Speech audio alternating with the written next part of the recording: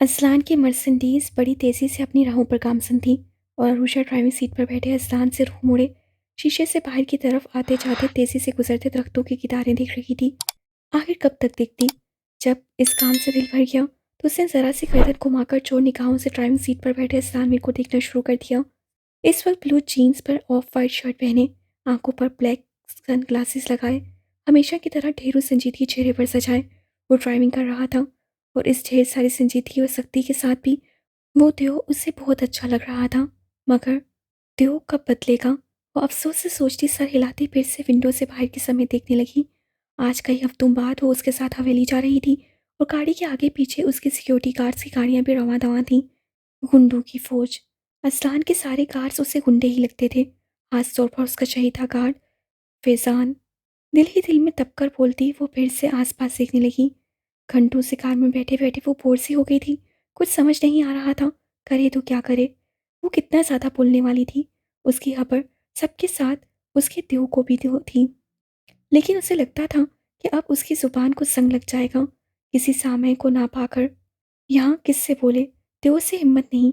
और बहलाने वाली मोबाइल जैसी चीज़ जो पहले हुआ करती थी, अब असलान मीर की मेहरबानी की वजह से उसकी पहुंच से दूर थी। किसी से भी बात करने की इजाज़त नहीं थी। दूसरी चीज़ें तो दूर की बात है। कार की खामोशी उसे पूरी तरह से खल रही थी। मोबाइल होता तो सबसे पहले हशम से बात करती। हाय मेरा हशम, कैसे तुमसे दूर रहूं बता नहीं सकती। वो भी तो मेरे बिना तड़पता होगा। हशम का सोचते हुए उसका दिल तड़प उठा। शादी के बाद तो उससे देखा भी नहीं था उसने। सालिम देव ने उससे हशम को जो छीन लिया था।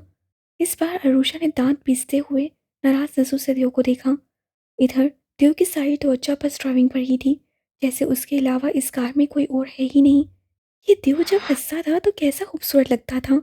अब तो एक बार फिर उसकी सोचों की रोश भटक कर उसके ही इर्द गिर्द पहुंच गई। वो फिर से गौर से असलान मीर को देखने लगी। अच्छा खासा खुशशक्ल था वो, बल्कि बहुत ही डैशिंग पर्सनैलिटी थी उसकी। बस रंग ही जरा कम था बेचारे देव का। मगर ये तो कोई ऐब ना था। इस गंदमी रंगत में भी आफत माफत लगता है, कसम से। अरुषा ने बड़ी ठंडी आह भरी। इतना अच्छा मियाँ था, मगर फिर क्यों वो चुड़ैल उसे छोड़कर चली गई और सारा अजाब उसके सर पर डाल गई।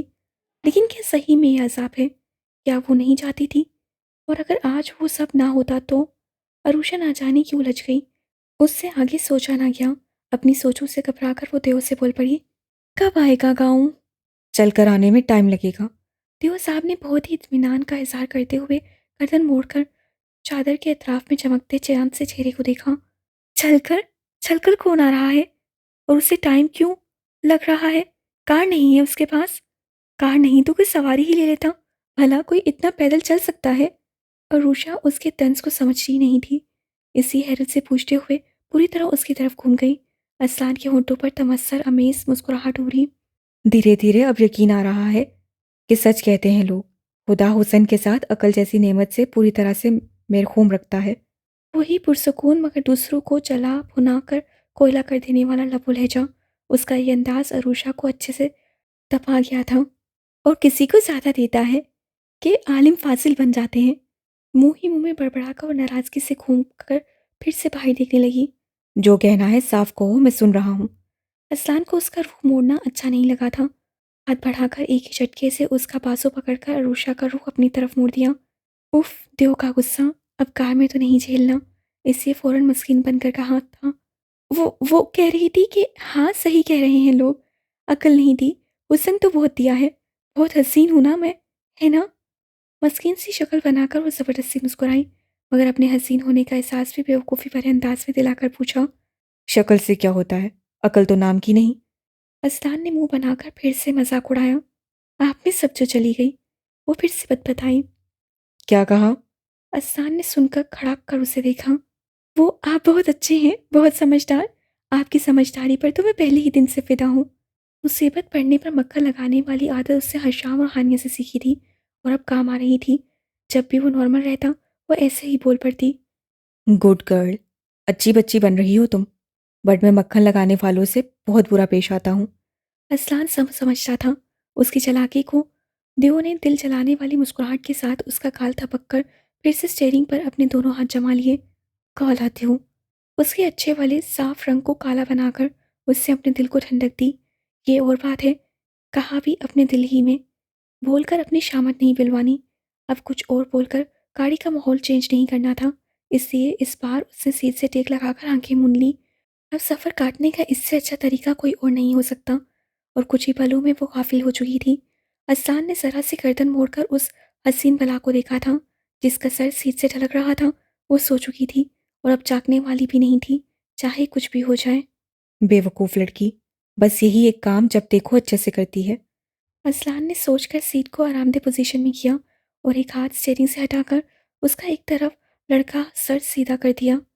वो सोई हुई ऐसी मासूम सी लग रही थी कि बेख्तियार होकर उसने एक हाथ से ड्राइविंग करते हुए दूसरे हाथ से अरूषा के गुलाबी गालों पर एक उंगली फेरी थी। उसके गाल ना थे, जैसे नर्म रुई के टुकड़े थे। दिल ने कहा, एक बार फिर उन अच्छी गालों की नरमी अपने होंठों से महसूस करे, मगर खुद को संभाल कर अपने हाथ उसके गालों पर से हटाकर उससे अपनी सारी त्वचा ड्राइविंग पर मरकूज कर ली। अम्मा जान लाला आशू को लेकर आ गए। जैसे ही उनकी मर्सिडीज हवेली की गेट से अंदर की तरफ आई, हानिया अपनी बैल्कोनी से चिल्लाती हुई नीचे की तरफ भागी थी। वो कब से बेचैनी से पूरी हवेली में घूमती उन दोनों का बेसब्री से इंतजार कर रही थी। एक तो अपने लाला से मोहब्बत भी बहुत थी, दूसरे प्यारी सी भाभी उसकी बेस्टी जो थी। वो चीखती चिल्लाती दौड़ती अपने रूम से निकल कर नीचे आई थी। आने की चीख पुकार पर सभी मुतवज्जा हो गए और वो उसी तरह दौड़ती हवेली के बड़े से दखली दरवाजे को खोलकर पोर्च में आई। लाला, आप आ गए। आनिया फूली सांसों के साथ बेहद खुशी से अहसान को देख रही थी। दिल कह रहा था पहले की तरह उसे गले से लगकर झूल जाए, मगर अब ऐसा कहाँ मुमकिन था। उसके लाला अब पहले जैसे रह ही कहाँ गए थे। अस्सलाम वालेकुम, कैसी हो तुम हानिया? आनिया के सर पर बस शफकत से हाथ फेरकर वो नरमी से मुस्कुराया था। वालेकुम सलाम। अहसान को देखते हुए सलाम का जवाब देते हुए हानिया के होंठों पर फीकी सी मुस्कुराहट थी। अपने भाई के लिए कभी वो हानि होती थी, अब हानिया अपनी बहन से मिलकर कैसे मुस्कुराहट चेहरे पर आ गई है खड़ूसते होके। आजकल पता नहीं क्यों वो उसके सारे अंदाज नोट करने लगी थी। अब भी तिरछी नजर से देव को मुस्कुराते हुए देखा था। आशु, आनिया भाई को छोड़कर अब उससे कसकर लिपट गई। अरूषा भी मोहब्बत से उसके गले लगी थी। दोनों एक दूसरे से लिपटी अपनी अपनी खुशी बयान कर रही थी। तुम यकीन नहीं करोगी मैंने तुम्हें कितना मिस किया है। हानिया उसके गले से लिपटी मोहब्बत से चूर आवाज से बोली। मैंने भी, मगर देव के चंगुल से निकल कर कैसे आती। हानिया के कानों में सरगोशी करके वो तभी हुई बोली तो हानिया खिलखिलाकर हंस पड़ी। वहीं इस्लान उन दोनों से बेनियाज होता अंदर की जाने बढ़ गया। आशु, देव के चंगुल से तो अब तुम कभी नहीं निकल सकती, बट आई प्रॉमिस बहुत जल्द तुम्हारा देव पहले वाला सपनों के राजकुमार बन जाएगा। बड़ी शरारत से वह अरूषा का नाक हिलाते हुए चहकी थी। ज्यादा ख्याली फैलाओ मत पकाओ, अंदर चलें अम्मा जान और बाकी सबसे मिल लें। अरूषा की बेजारी से कहने पर हानिया तासुब से सर हिलाती उसका हाथ पकड़कर अंदर चली आई। हॉल रूम में वो सब के दरमियान शहजादा बना बैठा था। वो उस घर का इकलौता वारिस था, सबकी आंखों का तारा। बचपन से लेकर अब तक इतनी मोहब्बतें और अहमियत मिली कि वो खुद को बादशाह ही समझ बैठा था। मगर एक हादसे ने उसे हकीकत की दुनिया में ऐसा लाकर पठा कि शहजादा एक देव में तब्दील हो गया। संजीदा सा तो वो पहले भी था, मगर इस संजीदगी में नरमी थी। मगर अब नरमी सख्ती में बदल चुकी थी और वो सालिम देव था। अरूषा उसे ही देखते हुए सब कुछ सोच रही थी। अम्मा जान, उसकी अपनी अम्मा, चाची, निदा, सब उसके इर्द गिर्द जमा थीं और वो होंठों पर ज़बरदस्ती की मुस्कुराहट से बजाय उनके सवालों के जवाब दे रहा था। अरूषा, इधर आओ मेरी बच्ची। अम्मा जान ने उसे देखते ही अपनी बाहें फैला दी। वो उनके दरमियान आकर उनकी बाहों में समाई थी। यहाँ हानिया के अलावा एक अम्मा जान ही थी जिनसे अरूषा को कोई डर नहीं लगता था। अम्मा जान तो शफीक सी मेहरबान खातून थी, मगर अस्लान की माँ और चाची, खास तौर पर माँ जी से वो बहुत डरती थी। शायद उनका रौब उस पर कुछ ज़्यादा ही छाया हुआ था। वो दोनों ही खातून बड़ी दबंग किस्म की औरतें थीं, बल्कि अस्लान से शादी से पहले तो वो खुले आम उनके चर्चे सुनती थी कि वो कैसे गाँव की औरतों को डरा कर रखती थीं। अपने जागीरदार होने का उनको बहुत गरूर था, मगर यहाँ आकर सब पता चल गया कि ऐसा कुछ नहीं था। हाँ, दोनों औरतों का रौब बहुत था सब पर, मगर वो बेजा किसी पर जुल्म नहीं ढाती थीं। गाँव पर किसी भी औरत पर जुल्म हो तो हवेली के मुलाजमों के ज़रिए फ़ौरन उनकी मदद की जाती थी। ये क्या हुलिया बना रखा है अरूषा? कौन कहेगा कि तुम इस हवेली की इकलौती बहू हो?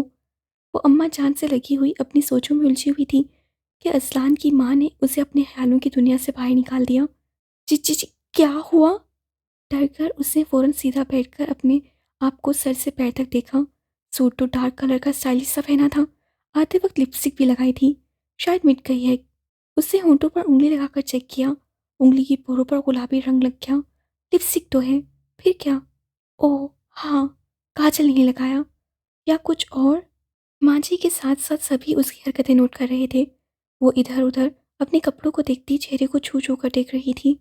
माँ जी ने अपने दांत पीसे, आसान सा झुकाए अपने मोबाइल को देखते हुए उससे बेनियाज ससुराने लगा।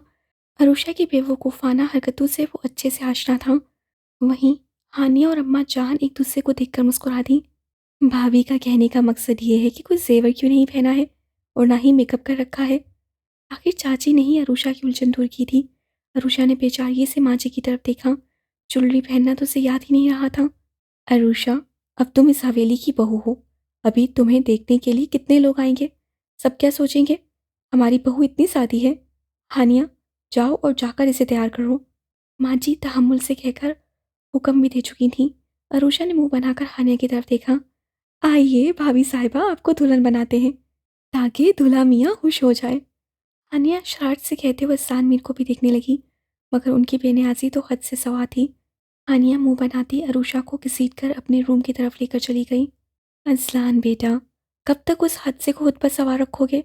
तुम दोनों को देखकर लगता ही नहीं कि तुम दोनों मियाँ बीवी हो। तुम्हारी बेनियाजी और अरुषा का डरा सहमा अंदाज। मोबाइल में टाइप करते अजलान को देखते हुए अचानक चाची ने बहुत ही आहिस्ता आवाज में अजलान को टोक दिया था। बल्कि ये कहना सही होगा, अनजाने में अजलान के जख्मों को छेड़ दिया था उन्होंने। इस वक्त वहाँ उसके साथ हॉल रूम में चाची और बस माँ जी के अलावा कोई नहीं था। अजलान ने होंठ भींचकर अपना मोबाइल टेबल पर रख दिया और एक पैर पर रखे दूसरे पैर को कालीन पर रखते हुए सोफे पर बिल्कुल सोया होकर बैठ गया। आपको ऐसा क्यों लगता है हम दोनों मियाँ बीवी नहीं लगते? निकाह हुआ है मेरा उसके साथ। सबके सामने रुखसत करवा कर अपने घर लाया हूँ। उसे अपने साथ रखा हुआ है। फिर और क्या चाहिए? कम से कम किसी के साथ बिना निकाह के तो नहीं रह रहा। वो आंखों में सर्द पर लिए सोफे पर बैठी चाची को देखते हुए बहुत कड़वे लहजे में बोला था। उनका रंग एकदम से फीका पड़ गया। अजलान, ये किस लहजे में बात कर रहे हो तुम? माँ, जिनको देवरानी का शर्मिंदगी भरा चेहरा बुरा लगा तो उन्होंने फ़ौरन बेटी को टोक दिया। कुछ दिनों से वो नोट कर रही थी। अजलान के लहजे में कड़वाहट सी घुलने लगी थी, खास तौर पर चाची के से बात करते हुए, जो उन्हें बुरी लगी थी। सॉरी चाची, मेरा मतलब आपको शर्मिंदा करना नहीं था। बस एक बात कह दी। अजलान ने बड़े सपाट अंदाज से माफ़ी मांग ली। चाची ने उसका बेतासुर चेहरा देखा। चाची, अगर आपको लगता है वो हादसा था जिसे आसानी से भुलाया जा सकता है तो वो हादसा नहीं था। वो धोखा था। उससे खंजर घोंपा है मेरी पुष्ट पर। और असलान मीर कभी उस धोखे को माफ़ नहीं कर सकता, न भूल सकता है। धीमे धीमे आंख बरसाते लहजे में बोलते अजलान की आवाज़ में ही नहीं, चेहरे पर भी सख्ती छा गई थी। चाची ने शर्मिंदगी से अपना सर झुका लिया। बेटी ने तो सारी उम्र के लिए उन्हें शर्मसार कर दिया था। अजलान ने तो सिर्फ उनके कहने पर उनका मान रखने के लिए उस नामुराद को अपनी ज़िंदगी में शामिल किया था, मगर वो एक ही झटके में उन सब की इज्जत के परखीचे उड़ाकर अजलान को सारी ज़िंदगी का सहम देकर चली गई थी और वो ताउम्र अजलान से आंख मिलाने के काबिल नहीं रही थी। चाची, आप क्यों शर्मिंदा होती हैं? इसमें आपका कोई कसूर नहीं। Sorry for this. आपका दिल दुखा। उनके चेहरे पर मलाल छाता देखकर अरसलान ने उन्हें देखते हुए माजत की थी। माँ जी ने अपने बेटे को गौर से देखा। मुझे माफ़ कर दो मेरे बच्चे, मैं कसूरवार हूँ तुम्हारी। मैंने ही मजबूर किया था उस बदबख्त को अपनाने के लिए तुम्हें। अपनी चाची को माफ़ कर दो मेरा बच्चा। वो अपनी जगह से उठकर उसके पास बैठते हुए फिर से अपनी बेचारगी पर रो पड़ी थी। अजलान ने उन्हें बस तसल्ली देने वाले अंदाज में उनका हाथ थपका था। क्यों रोती हो आसी उस बदबख्त के लिए? साथ बैठी माँ जी ने उनकी पुश्त थपकी। खुद उनकी आंखें भी नम थीं। चाची, आज आखिरी बार इस सर रोई हैं। अब आइंदा मत रोइएगा। वो जा चुकी है और मैंने पहले ही कह दिया था। अब इस घर में उसका जिक्र तक नहीं होगा। उनके हाथ सहलाते हुए वो बहुत कतियत से बोला था। मैं आज के बाद अपने प्यारों को उसके लिए रोता नहीं देखना चाहता। समझ लें आप लोग। असलान ने अपनी माँ की भी नम होती आंखें देखी तो बहुत सख्ती से टोका था। हम नहीं रोएंगे, कभी जिक्र नहीं करेंगे, जब तुम अपनी अज़वाजी ज़िंदगी को पूरी तरह से कबूल कर लोगे। पास बैठी माँ जी ने उसके चेहरे पर छाई संजीदगी को देखते हुए नरमी से कहा। आपको क्या लगता है मैं ये सब कबूल नहीं कर सका हूँ? ऐसा कुछ नहीं, मैं सब कुछ कबूल कर चुका हूँ। आप अपनी बहू को समझाइए। फिर से वही बात। असलान इस बार बेजारी से कहते हुए सोफे से टेक लगाकर आराम से बैठ गया। चाची और माँ जी ने एक दूसरे की शक्ल देखी। जिस तरह तुम लोगों ने डरा धमकाकर उसे राजी किया था, उस बच्ची का यही हाल होगा। चाची ने इस बार मुस्कुराकर असलान की तरफ देखा था। उससे बस लापरवाही से सर झटका। जो उसके बाप ने किया था, शुक्र करे कि अपने बच्चे के साथ बस उसका निकाह किया था, वरना वो इससे ज़्यादा सज़ा की हकदार थी। माँ जी ने बहुत ज़्यादा नफरत से अपना सर झटका। असलान ने गहरी सांस लेकर अपनी माँ को देखा। अरुषा के बाप की वजह से वो अब तक उससे नाराज़ थी और यूं ही अपने गुस्से से अरुषा को डराए रखती थी। मगर असलान जानता था वो दिल ही दिल में अरुषा को कबूल कर चुकी थी और उसकी मासूम सूरत पर प्यार भी आता था उन्हें। मगर वो सारा प्यार दिल में रखती थी, लेकिन ये जो नफरत थी उसने सब पर एक होल चढ़ा दिया था। छोड़ो ये सब शाजी, सब भूलकर उससे प्यार से बातें कर लिया करो, हमारी इकलौती बहू है। चाची ने इस बार अपने पास बैठी माँ जी का हाथ दबाकर जैसे समझाना चाहा। जब तक मेरा बेटा उससे खुश नहीं हो सकता, तब तक मैं भी उससे प्यार से नहीं बोल सकती। वो मेरे बेटे को यकीन दे, उससे मोहब्बत करे, तभी वो मुकाबले कबूल होगी मेरे लिए। वो एकदम से हाथ छुड़ाकर नाराज़गी से बोली। भूल जाएं कि कोई आपके बेटे को कबूल करेगी और उससे मोहब्बत करेगा। आपके बेटे की नसीब में सच्ची और खालिस मोहब्बत नहीं है। ये सब सुनकर असलान एक झटके से कहता हुआ उठ खड़ा हो गया था और झुककर अपना मोबाइल टेबल से उठाया। फिर वो रुका नहीं था, तेज तेज कदमों से वहां से निकलता चला गया। कार पूरी स्पीड में सड़कों पर ढो रही थी और वो अंदर बैठा अपने स्टाल पर काबू पाने के लिए अपने जहन से सब जहरीली यादों को झटक रहा था। मगर जहरीली यादें थीं कि उसे अपने मासी के भयानक चेहरे को दिखा रही थीं। हवेली से वो जिस स्टाल से निकलकर बाहर आया था, अब वो बेवजह गांव की सड़कों पर अपनी गाड़ी दौड़ाए जा रहा था। अपने साथ उसने कार्स को भी आने से मना कर दिया था और तन तनहा वो बिला वजह पेट्रोल फूंकता रोड पर फुल स्पीड में गाड़ी दौड़ा रहा था। हर बार उस हादसे को जितना सोचता, उतना ही उसकी नफरत और गुस्सा बढ़ता ही जा रहा था। चाची की बातों ने उसे फिर से सब याद दिला दिया था। हर वो धोखा जो उन लोगों ने उसके साथ किया था, जिन पर उससे अंधा इत्मीनान किया था। मारे गुस्से की उससे कितनी बार स्टीयरिंग पर हाथ मार मार कर अपना हाथ सुरख कर डाला था। आज चाची ने फिर से उसके जख्मों को ताज़ा कर दिया था। हर बार वो हवेली आता और हर बार उसे नए सिरे से सब याद दिलाया दिया जाता, जिसे वो भूलना तो कभी नहीं चाहता था, मगर उसका जिक्र भी सुनना नहीं चाहता था। क्यों हुआ मेरे साथ ऐसा? क्यों हुआ ऐसा मेरे साथ? क्यों मेरी गैरत को सरे बाजार उछाला उसने? क्यों असलान मीर, क्यों? उस औरत को ही क्या, तूने सबको ही क्यों जिंदा छोड़ दिया? क्यों? नफरत से चीखते हुए इस बार उसने कार के शीशे पर मुक्का मारना शुरू कर दिया था। शीशे का तो कुछ नहीं हुआ, उसकी उंगलियों के जोर से खून रिसने लगा था। आखिरकार थक हार कर उसने कार वहीं एक तरफ रोड पर रोक दी और अपना सर सीट की पुश पर डाल दिया। आंखें मूंदे वो गहरी गहरी सांस लेकर खुद पर काबू पा रहा था। कुछ देर बाद वो खुद को नॉर्मल करने में कामयाब हो ही गया। बैक व्यू मिरर में अपनी सुर्ख आंखें देखकर असलान ने होंठ खींच लिए। उसकी आंखों से आंसू तो तभी सूख गए थे जब उसके घर से उसके बाप और चाचा का जनाजा उठा था। उसे रोने का हक तो उसी वक्त छीन लिया गया था जब वो घर का अकेला मर्द बचा था। उसे सबको संभालना था, अपने घर की औरतों की हिफाजत करनी थी। 15 साल की उम्र से उसे उसकी माँ ने यही सिखाया था कि अब वो बुज़दिलों की तरह रोएगा नहीं, बल्कि उन सबके लिए एक मजबूत मर्द बनेगा। तब से अब तक वो सचमुच का एक चलता फिरता औलाद बन चुका था। उसने अपनी चाची और माँ की हमराही में एक दुनिया को अपनी मुट्ठी में कर लिया। किसी की जरूरत नहीं थी कि एहसान मीर पर टेढ़ी निगाह भी डाल ले या उसकी गैरत से खेले। मगर इस बार असान ने सर झटक कर डैशबोर्ड से अपना मोबाइल उठाया। मोबाइल उससे साइलेंट मोड पर रखा हुआ था। लातादाद मिस कॉल्स थी जो इस वक्त शो कर रही थी। मोबाइल को दोबारा उससे डैशबोर्ड पर उछाल दिया। अजलान मीर ना बुज़दिल है, ना बेबस कि वो रोए, ना इतना बेगैरत कि अपनी इज्जत के साथ खेलने वाले को कोई सजा दिए बिना इस जमीन पर तनतनाता हुआ फिरने दे। बस वो मौके की तलाश में है और मुझे मालूम है ये मौका बहुत जल्द आने वाला है और एक एक को उसके हर गुनाह का खराज देना पड़ेगा। दोबारा कार स्टार्ट करते हुए वो जहर आलूदा मुस्कुराहट होंठों पर सजाए अपने गुनाहगारों की सूरत जहन में रखकर बोला था। शाहनवाज खान की कमज़ोरी मेरी कैद में है और जब तक वो मेरी कैद में है, शाहनवाज खान मजबूर रहेगा और अनजाने में वो सब करेगा जो मुझे आराम से मेरे मकसद तक पहुंचा देगा। किसी की सूरत उसकी आंखों के आगे नाची तो असलान मीर होंठ खोल करके मुस्कुराया था। उन काली आंखों में एक अनोखी सी चमक थी और होंठों पर पुरसुरार मुस्कुराहट। फिर सर झटक कर उससे कार स्टार्ट करके हवेली के रास्तों पर डाल दी। कोई एक बार फिर से कॉल तो करो अस्लान के मोबाइल पर। शाम से रात हो गई और बच्चा ना जाने कहाँ मारा-मारा फिर रहा है। अरे मैं कहती हूँ क्या ज़रूरत है, जब भी वो हवेली आए बार-बार एक ही बात दोहराई जाए। जब से अम्मा जान ने सब सुना था, वो सब पर बिगड़ चुकी थी। ये क्या ज़रूरत थी ऐसी बात करने की? अस्लान हवेली से ही निकल गया और अब हॉल रूम में बैठे हुए अम्मा जान एक बार फिर सब पर बिगड़ चुकी थीं।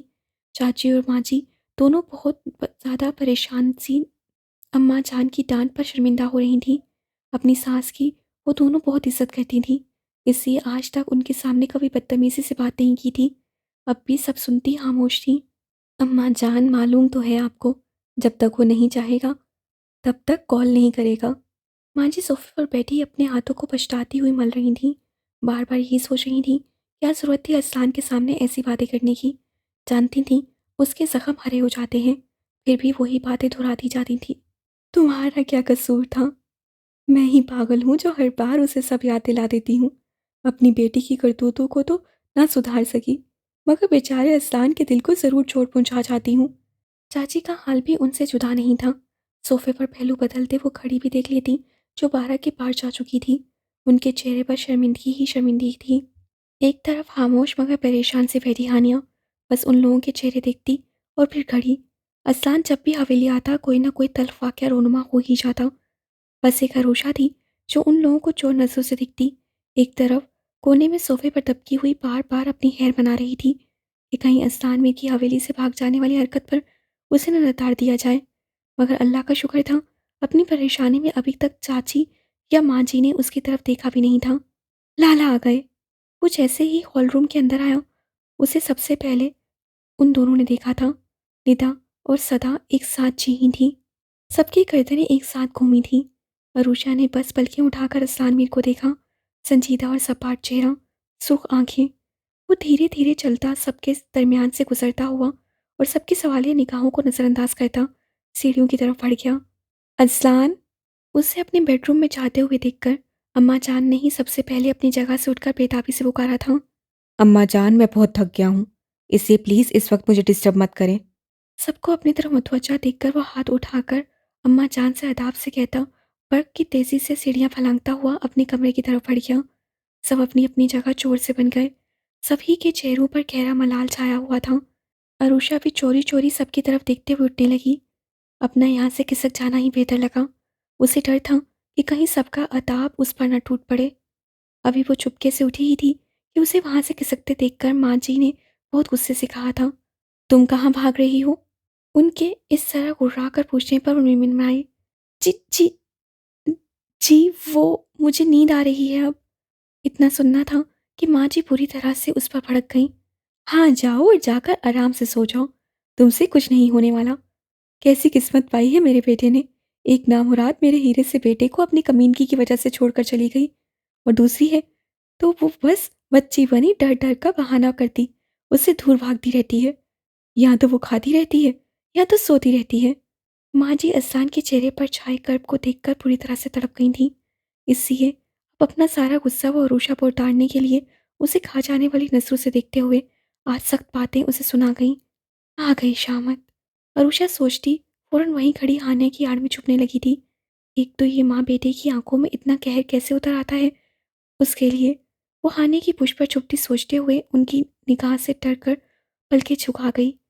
अम्मा जान ने ताज्जुब से अपनी बहू को देखा, जो उस बेचारी अरूषा के पीछे पड़ जाती थी।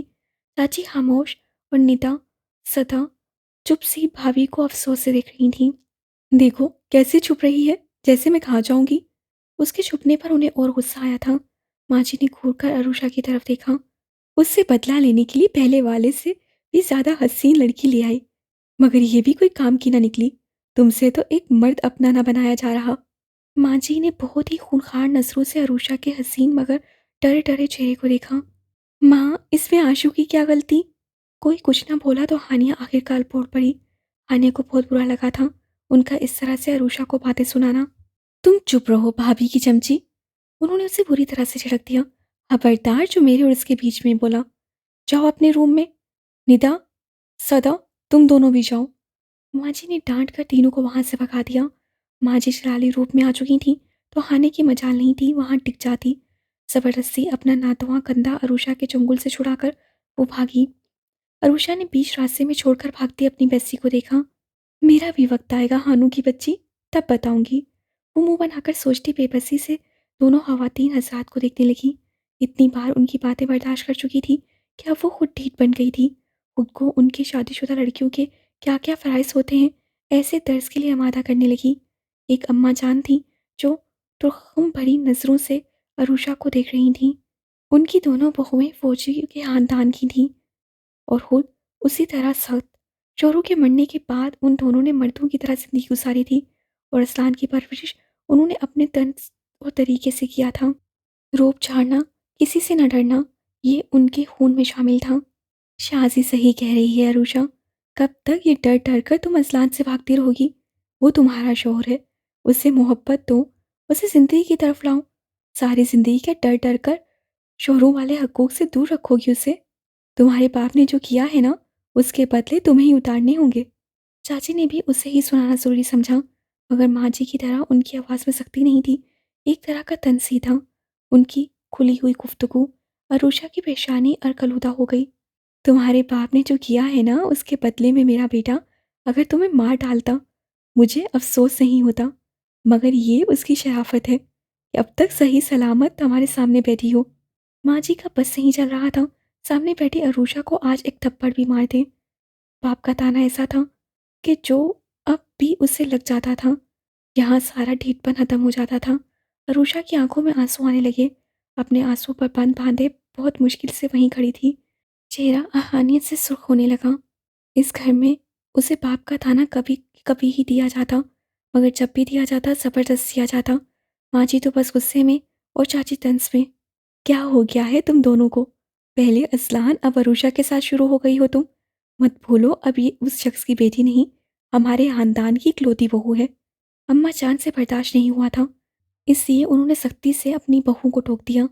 बहू समझती हूँ तभी तो अब तक बाहर उठाकर नहीं फेंका। इससे कहें अब ये ड्रामे बंद करे और असलान को अपनी तरफ राइब करे। उसे वो मोहब्बत दे जिसका मेरा बेटा हकदार है। उसे यकीन दिलाए कि मोहब्बत उसके नसीब में भी है। आज असलान की बात ने जैसे माँ जी को तड़पा दिया था। सोफे से खड़े होते हुए उन्होंने अपनी बात मुकम्मल की और तेज़ी से अपने कमरे की तरफ चली गईं।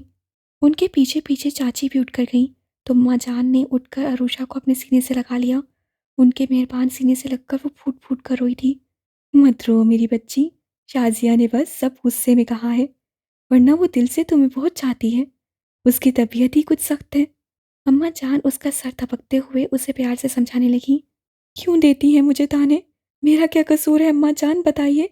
मैंने तो नहीं कहा था उनसे ऐसा करने को। वो रोते हुए शिकवा कर गई, तो अम्मा जान से कुछ कहा नहीं गया, बस उसका सर थपका था। अरुषा, तुम असलान को दोबारा मोहब्बत पर यकीन करना सिखा दो, तो सब ठीक हो जाएगा। शाज़िया का रवैया भी वो बेटे की वजह से ऐसी हो गई है। उसे खुद से अलग करते हुए उन्होंने उसके आंसू भी साफ किए। अम्मा जान, मुझे उनसे खौफ आता है, वो मुझे मार डालेंगे। देख लीजिएगा, आप लोग एक दिन मरी पड़ी होंगी रूम में। अरुषा अपने गाल हाथों की बुझ से पोंछती हुई और सूसू करती मासूमियत से बोली थी। अब मेरा असलान ऐसा जल्लाद भी नहीं। इस बार उन्होंने हल्के से मुस्कुराकर पोते की हमायत की थी। वो द्यो है द्यो, आपको नहीं मालूम। अरुषा ने बस सोचा था, कहा नहीं। अपनी आंखें साफ करती वो चुप ही रही।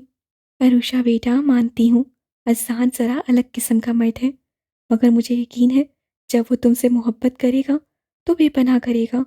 अभी वो बेवफाई का सताया हुआ है, इसलिए ऐसा सख्त हो गया है। तुम एक बार कोशिश करो अपनी तरफ माइल करने की, इसमें तुम दोनों की भलाई है। उन्होंने उसके बालों पर हाथ फेरते हुए फिर से प्यार से समझाया। वो दिल से चाहती थी वो दोनों एक दूसरे के साथ खुश रहें। मैं उन्हें कभी अपनी वफा का यकीन नहीं दिला सकती। उन्होंने मुझे अपनी कैद में रखा है। उनके नज़दीक बस मेरी यही हैसियत है कि वो मुझे मेरे बाप के किए गए गुनाह की सज़ा दें। सर झुकाकर उदासी से बोलती वो गुड़िया से ही लगी थी उन्हें। अल्लाह पर भरोसा रखो मेरे बच्चे, एक दिन सब ठीक हो जाएगा। निगाह के बोल में बहुत ताकत होती है, वो दिलों के पत्थर को पिघला देता है। अम्मा जान उसकी पेशानी चूमकर यकीन से बोली। अरुषा ने बस उनका चेहरा देखा था। अच्छा ये सब छोड़ो, तुम असलान के लिए खाना ले जाओ, मैं मुलाजमा से कहकर निकलवाती हूँ। अम्मा जान ने मौजूद बदल कर कहा और सोफे से उठ गई। इस वक्त नहीं, नहीं, अरुषा को अपनी शामत थोड़े ही बुलवानी थी। वो सर इनकार में हिलाती जल्दी से उठ गई। और कौन? बीवी हो तुम उसकी, जल्दी से ले जाओ। कहीं शाज़िया को ख़्याल आ गया ना तो तुम्हारी खैर नहीं रहेगी। अम्मा जान की शरारत पर अरुषा की शक्ल रोने वाली हो गई थी। अम्मा जी की धमकी ऐसी थी कि अब तो उसे चुपचाप उनका कहा मानना ही था। दरवाजे पर खटका हुआ तो टॉवल से सर पोंछते